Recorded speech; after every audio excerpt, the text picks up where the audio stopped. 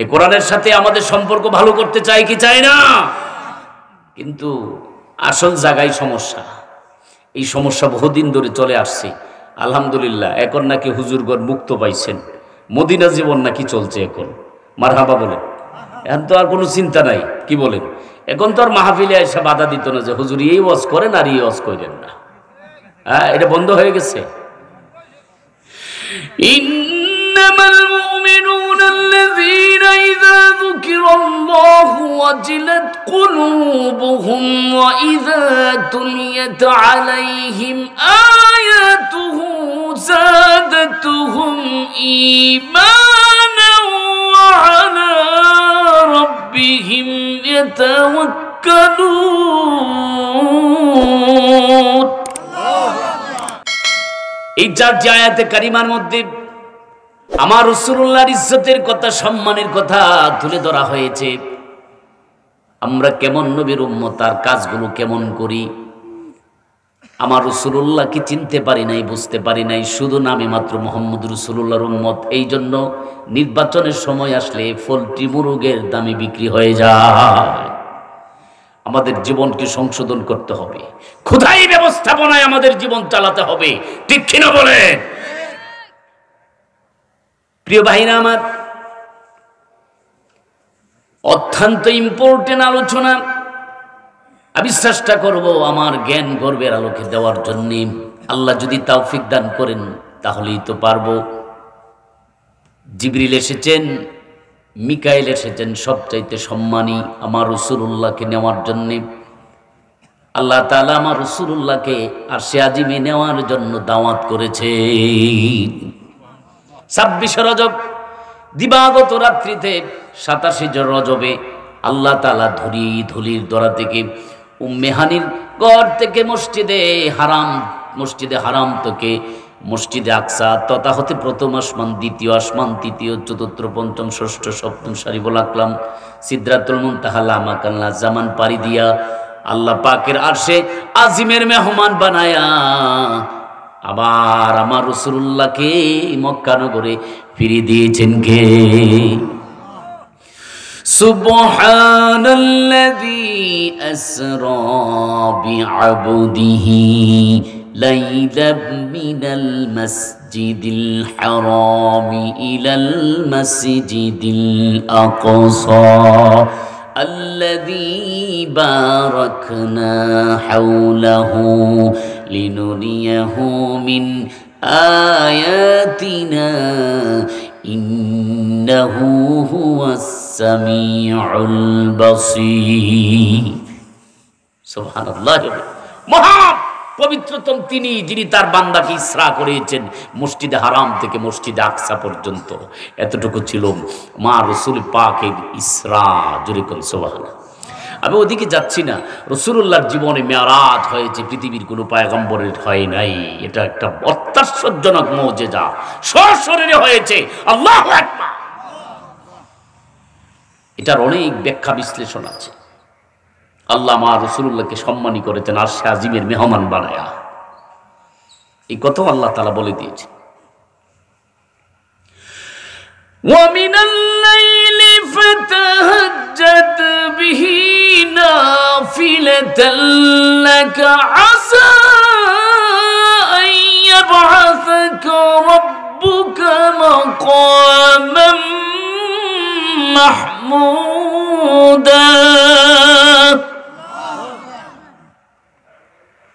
এই যে আপনারা আল্লাহু আকবার বললেন, এটা কোরআন শরীফের তেলাওয়াত যখন করা হয় তখন মুমিনদের ঈমান বৃদ্ধি হতে থাকে। এই জন্য আল্লাহু আকবার বলেন। আমি তো আপনাদেরকে বলি নাই যে আপনারা আল্লাহু আকবার বলছেন। কোরআনের সাথে আমাদের মহব্বত ভালো করে রাখার দরকার আছে না নাই? না কিছু মানবো আর কিছু ছাড়বো, কিছু কোরআনের কথা মানি আর কিছু ছেড়ে দেই আমরা। শান্তি তো আমাদের কাছে আসতে পারে না, ঠিক কিনা বলেন? এই কোরআনের সাথে আমাদের সম্পর্ক ভালো করতে চাই কি চাই না, কিন্তু আসল জায়গায় সমস্যা। এই সমস্যা বহুদিন ধরে চলে আসছে। আলহামদুলিল্লাহ এখন নাকি হুজুরগণ মুক্ত পাইছেন, মদিনা জীবন নাকি চলছে এখন। মারহাবা বলেন। এখন তো আর কোনো চিন্তা নাই, কি বলেন?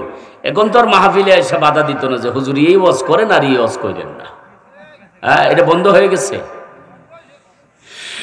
ইন্নামাল মুমিনুনা আল্লাযীনা ইযা যুকিরাল্লাহু ওয়াজিলাত কুলুবুহুম ওয়া ইযা তুলিয়াত আলাইহিম আয়াতুহু যাদাতুহুম ঈমানান ওয়া আলা রাব্বিহিম ইয়াতাওয়াক্কালুন।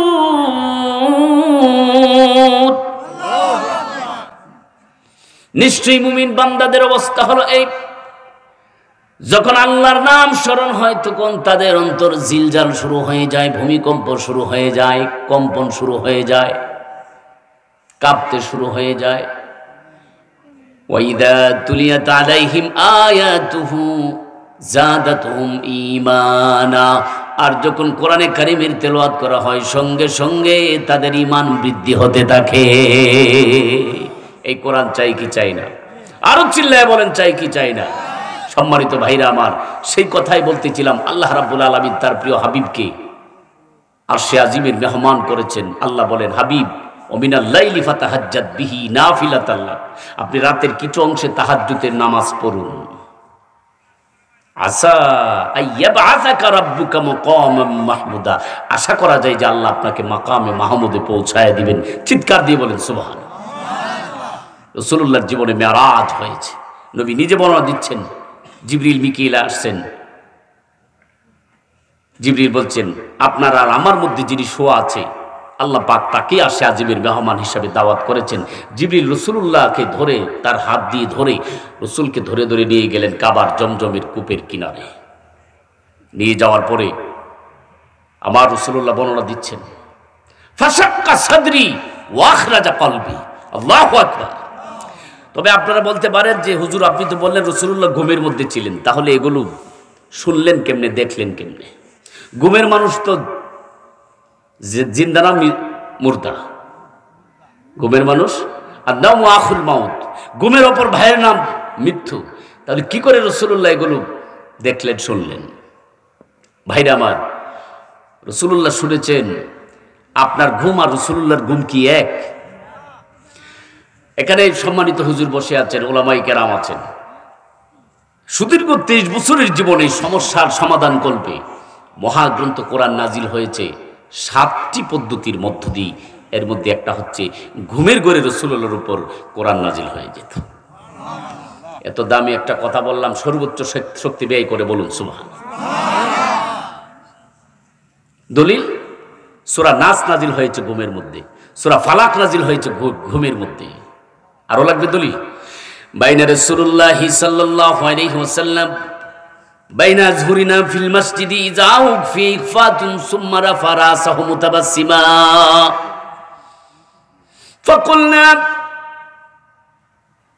ইয়া রাসূলুল্লাহ মাদহাকাকা মা আদহাকাকা ইয়া রাসূলুল্লাহ। قال لقد أنزلت إلي آنفا سورة فقرأ بسم الله الرحمن الرحيم إنا أعطيناك الكوثر فصل لربك وانحر إن شانئك هو আবতার। বলেন সুবহানাল্লাহ। সাহাবীরা বলেন রাসূলুল্লাহ আমাদের মধ্যে মসজিদের মধ্যে উপস্থিত ছিলেন। বলেন সুবহানাল্লাহ। এই সময় রাসূলুল্লাহর একটা ঘুম ছিল, অচেতনতার ভাব ছিল। সুম্মা রাফা রাসাহু মুতাবাসসিমান, আমরা দেখলাম রাসূলুল্লাহর মাথাটাকে উপরে উঠাইলেন। সুম্মা রাফা রাসাহু, মস্তক মুবারক, মাথা মুবারক উপরে উঠাইলেন। মুতাবাসসিমা, আর একটা মুস্কি হাসি দিলেন। মুস্কি হাসি দিলে কি সুসংবাদ আছে না?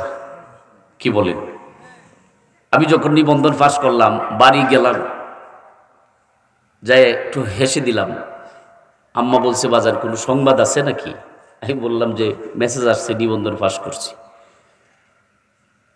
আল্লাহ রসুল সবচাইতে সম্মানী একজন রসুল, তিনি মুস্কি হাসি দিলেন। এটার পেছনে কোনো সুসংবাদ আছে না নাই? তিনি এই সূরা পাঠ করলেন। সাহাবীরা বলেন, ইয়া রাসূলুল্লাহ মা হাকাকা ইয়া রাসূলুল্লাহ, আপনি যে হাসলেন এটার কারণ কি? নবীজি বললেন, লাকাদ উনজিলাত ইলাইয়া আনিফান সূরাতুল ফাকরা, আমার কাছে এইমাত্র এই সূরা নাজিল হচ্ছে। এরপরে রাসূলুল্লাহ তিনি এই সূরা কাউসার পাঠ করে শোনাইলেন। দুনিয়ার কল্যাণ, পরকালের সম্মান ইজ্জত আল্লাহ আমাকে দান করেছেন। আল্লাহ দান করেছেন ইন্না আ'তাইনাকাল কাউসার, আল্লাহ হুকুম করেছেন হাবিব আমি আপনাকে দান করলাম কাউসার। চিৎকার দিয়ে বলেন সুবহানাল্লাহ। এটা ঘুমের মধ্যে নাজিল হয়েছে। এই জন্য হযরত আয়েশা রাদিয়াল্লাহু তাআলা আনহা বলেন, ভালো করে শুনেন, আকীদাকে মজবুত করেন। আমার রাসূল বলেন, হযরত আয়েশা থেকে বর্ণিত, রাসূল সাল্লাল্লাহু আলাইহি ওয়াসাল্লামের শানে আয়েশা রাদিয়াল্লাহু আনহা বর্ণনা করেছেন, ইন্না আইনাইহি সাল্লাল্লাহু আলাইহি ওয়াসাল্লাম কানাতানামানা ওয়াল কলবা ইয়াকযান। হযরত আয়েশা বলেন, রাসূলুল্লাহর কপালের দুই পাশের চোখ ঘুমাইতো, তার অন্তর কখনো ঘুমাইতো না। সুবহানাল্লাহ, একটু জোরে হবে না?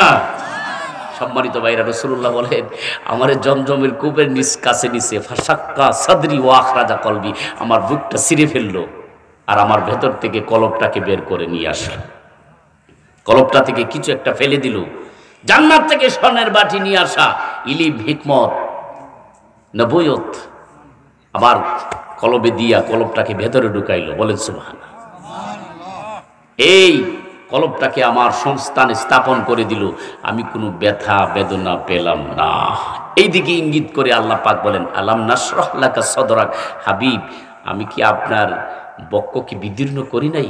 আমি কি আপনার সিনাটাকে খুলে দেই নাই? সুবহানাল্লাহ।